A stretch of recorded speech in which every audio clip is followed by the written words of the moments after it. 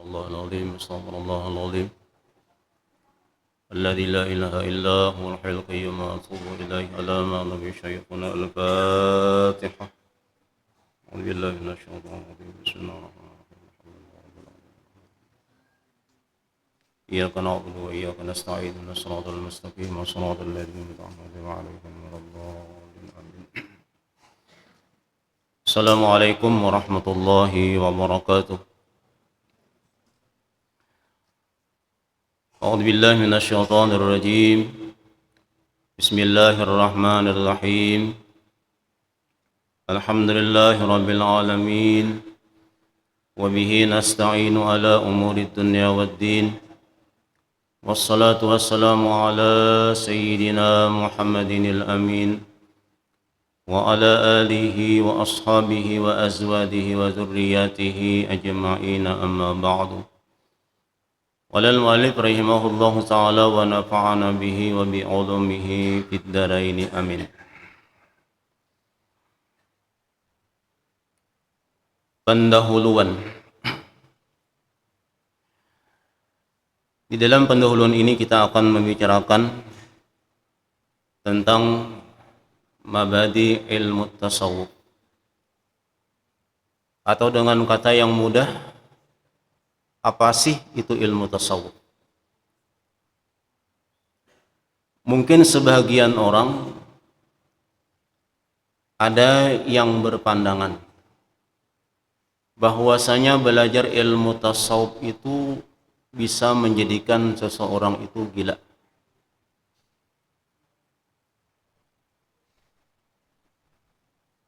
Padahal sebenarnya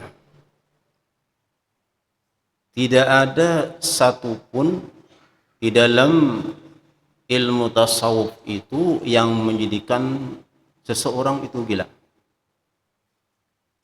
Cuman seseorang itu bisa menjadi gila di saat dia belajar suatu ilmu, misalnya ilmu tasawuf, tidak sesuai dengan aturan. Sebagai contoh misalnya dalam masalah obat, misal obat itu sudah dinyatakan oleh Nabi kita itu adalah sifatnya menyembuhkan. Kullu da'in dawa. Tiap-tiap penyakit itu pasti ada obatnya. Dengan kata lain, obat itu sifatnya adalah menyembuhkan. Tapi mengapa seseorang itu ada yang ketika makan obat misalnya jadi gila? Alasannya adalah karena menyalahi dengan aturan.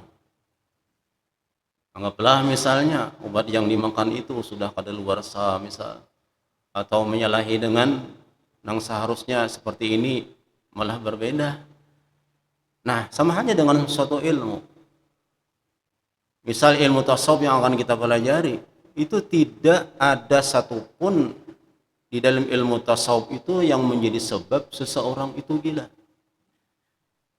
Namun bisa terjadi apabila menyalahi dengan aturan.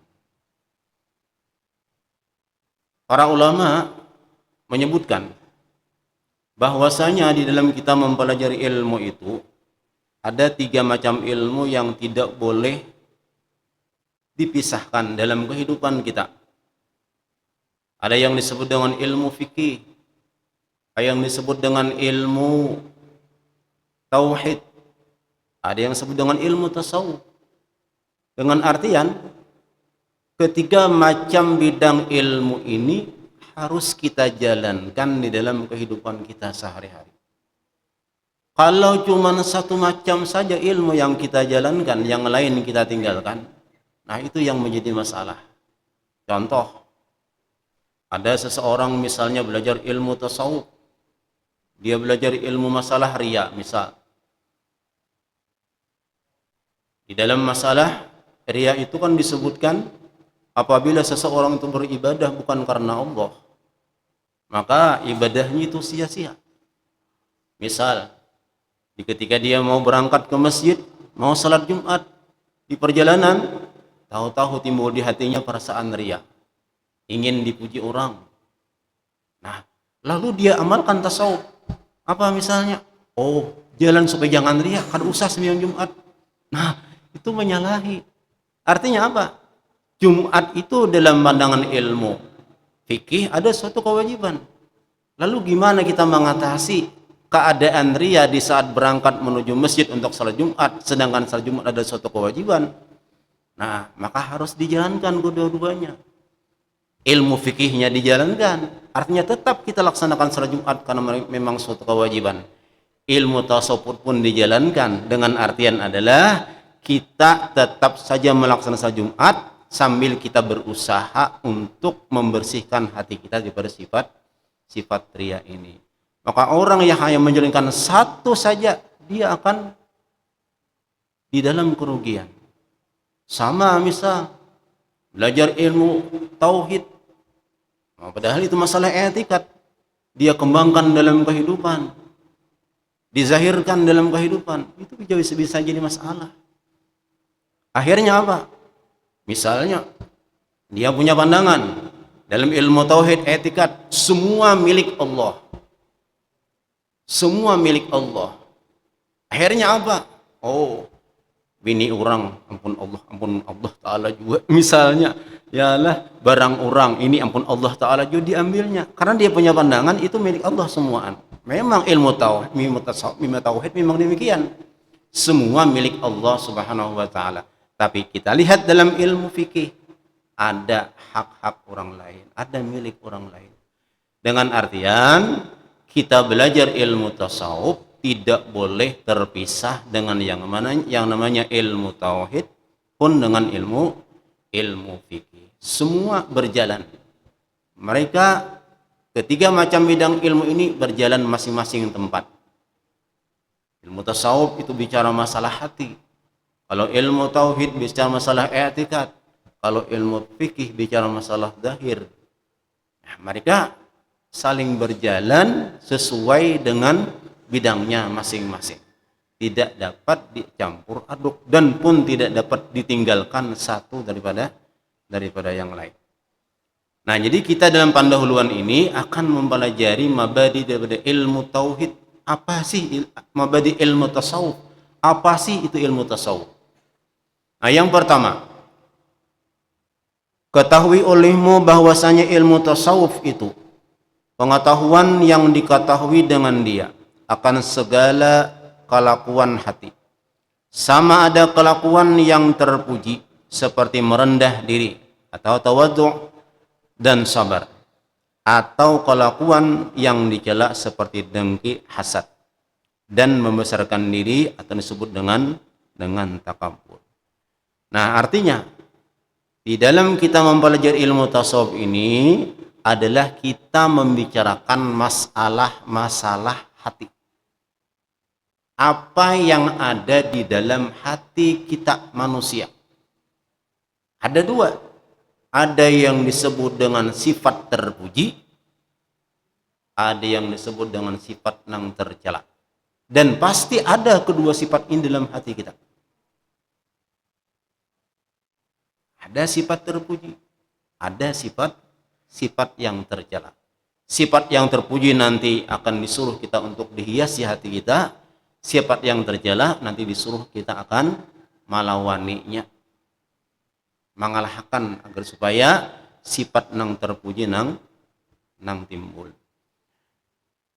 Nah, kemudian yang kedua, dan adapun faidahnya atau manfaatnya, maka menyampaikan ia kepada mengosongkan hati daripada yang lain daripada Allah Ta'ala. Artinya apa? Buah daripada pelajaran ilmu tasawuf adalah menjadikan seseorang itu di dalam hatinya itu yang diingat cuman Allah. Nah, itu buahnya. Jadi ketika seseorang mempelajari ilmu tasawuf, boleh jadi dia akan mendapatkan buah daripada ilmu tasawuf yang dipelajarinya adalah yang diingat itu hanya Allah, atau sesuatu yang lain yang diingat cuman masih ada hubungan dengan Allah Subhanahu wa Ta'ala. Misal kita selalu ingat yang namanya salat berjamaah misal. Malah di dalam otak kita yang kita pikirkan itu cuma salat berjamaah, dengan artian dimanapun kita berada, apabila dilihat waktu sudah hampir waktu sembahyang, lalu di otak kita terpikir kamana aku sembahyang berjamaah.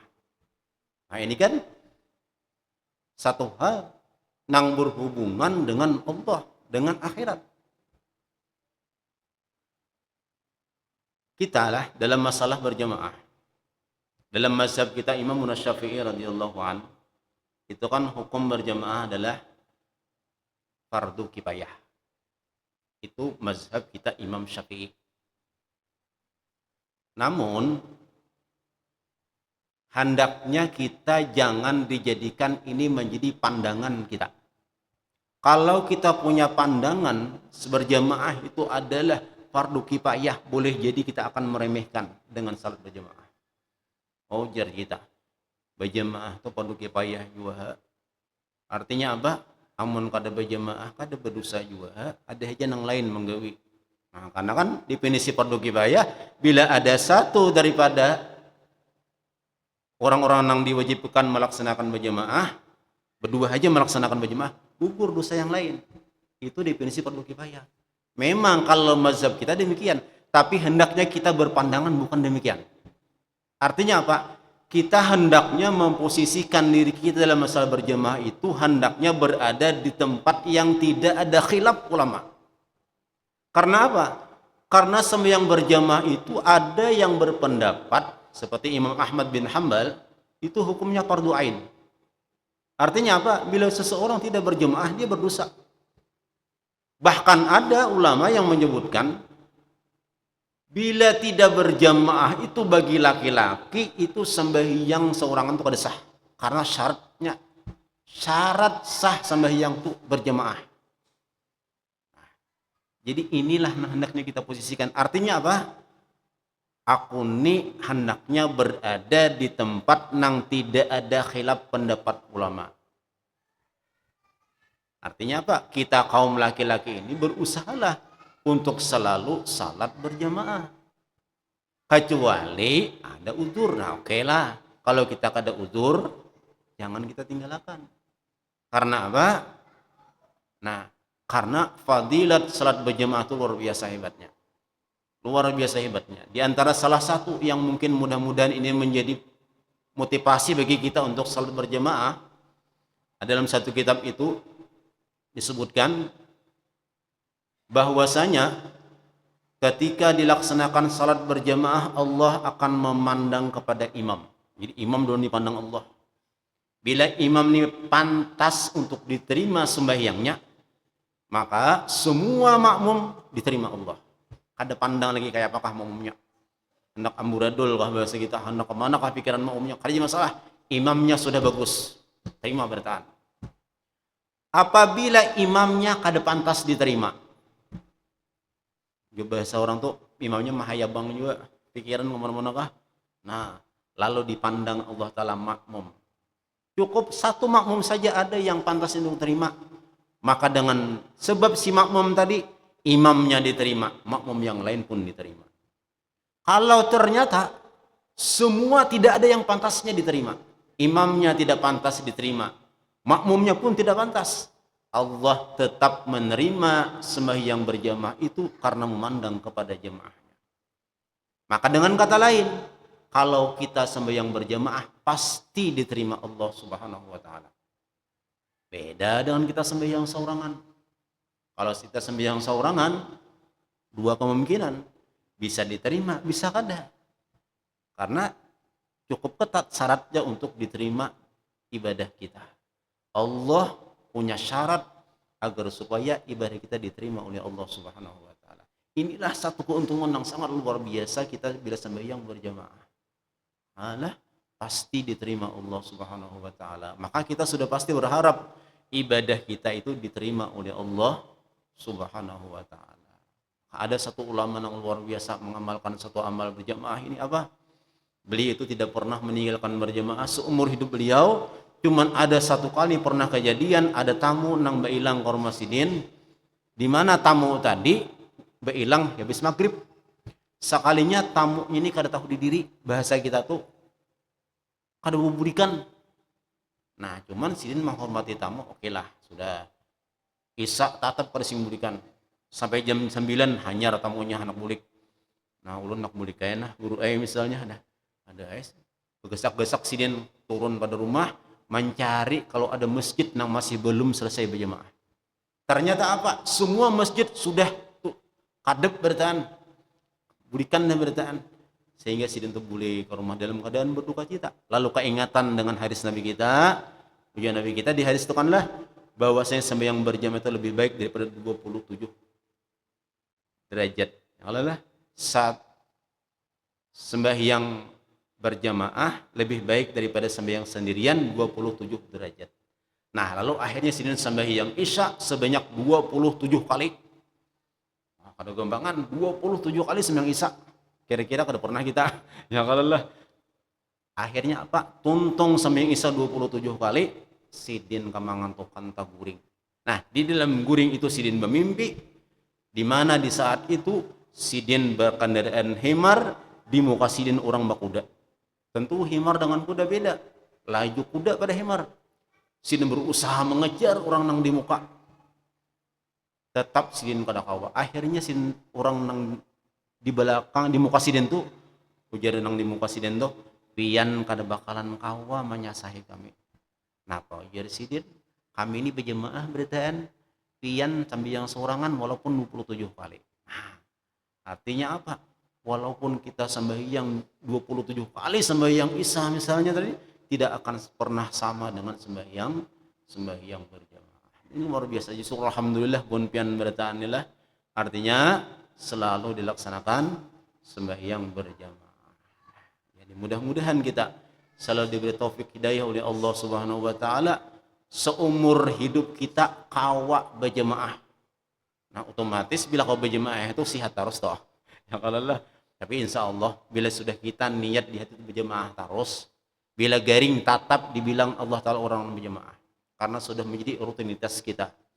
Atau misalnya kita berjamaah terus lalu kita ada uzur apakah padahal kita nih duka cita hati kita ya Allah ulah nak bener berjamaah tapi kada kawa. Nah insya Allah itu tatap dibilang Allah Ta'ala orang nang berjamaah karena apa? Karena hati kita sudah terikat dengan jamaah. Nah maka salah satu jalan kita agar supaya kita selalu berjamaah adalah kita dengan membiasakan. Bila kita sudah terbiasa berjemaah dimanapun kita berada selalu pasti di otak kita tuh pasti hendak berjemaah. Musafir di perjalanan lalu berpikir oh hari tinggal 5 menit lagi nih bersinggah aneh dulu nah kita berjemaah parak sudah zuhur. Nah kada berpikir hendak bertarus tuh karena apa? Karena sudah tak ikat otak kita dengan berjemaah. Selalu napa nang dipikirkan berjemaah. Nah, insyaallah. Nah jadi yang kedua ini adalah manfaatnya daripada ilmu tasawuf itu adalah menyampaikan ia kepada mengusungkan hati daripada yang lain daripada Allah Subhanahu wa taala. Yang diingat itu Allah atau nang diingat sesuatu perkara dunia tapi masih berhubungan dengan Allah Subhanahu wa taala. Ini buah daripada orang yang belajar ilmu tasawuf. Tapi jangan kita memikirkan buahnya dulu. Bertanaman dulu. Bahasa kita itu kanlah. Nah, tanamannya apa? Ya tadi belajar dulu, habis itu kita amalkan. Nah, kita amalkan ilmu tasawuf itu. Bagaimana? Karena insya Allah mudah-mudahan apa yang kita amalkan itu ada buahnya. Nah, jadi buahnya itu bahasa kita bonus daripada Allah Subhanahu wa taala. Tidak semua orang yang bertanaman itu berbuah, ada semua. Nah, tapi itulah yang akan dijanjikan Allah. Orang yang belajar ilmu tasawuf, dia akan mendapatkan buah daripada ilmu tasawuf itu adalah di dalam hatinya itu yang diingat Allah Subhanahu wa taala. Mudah-mudahan kita dapat yang demikian. Nah, ini saya belum sampaikan. Mudah-mudahan bermanfaat untuk kesabaratan. Salah khilaf mohon maaf. Assalamualaikum warahmatullahi wabarakatuh. Al-Fatihah. Alhamdulillah bismillahirrahmanirrahim. Alhamdulillah rabbil alamin. Ar-Rahmanir Rahim. Maliki yaumiddin. Iyyaka na'budu wa iyyaka nasta'in. Ihdinas siratal mustaqim. صراط الذين أنعمت عليهم غير الضالين آمين. بسم الله الرحمن الرحيم. الحمد لله رب العالمين، والصلاة والسلام على سيدنا ومولانا محمد وعلى آله وصحبه أجمعين.